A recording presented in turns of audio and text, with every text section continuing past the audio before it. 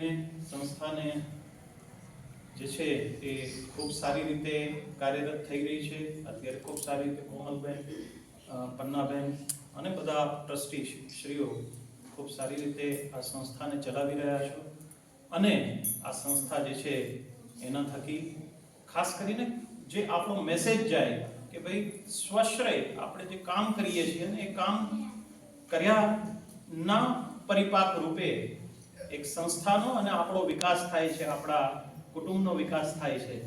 અને આ તકે અહીંયા દીકરીઓ બેઠી છે, એ બધી દીકરીઓ માટે હું કહીશ કે ભણવાનું શિક્ષણ જે છે આપણા બધા જમાં, દીકરો હોય દીકરી હોય, પણ શિક્ષણ જે છે એ ખૂબ જરૂરી છે।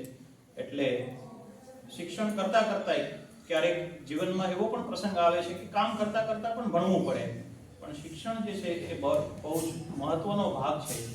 એટલે સુરેન્દ્રનગર જિલ્લામાં આટલા વર્ષથી છું, ખૂબ પ્રેમ લાગણી બધાની મળે છે અને આ કોઈ નાની સંસ્થા નથી, આ બહુ મોટી સંસ્થા છે એવું હું ચોક્કસપણે માનું છું।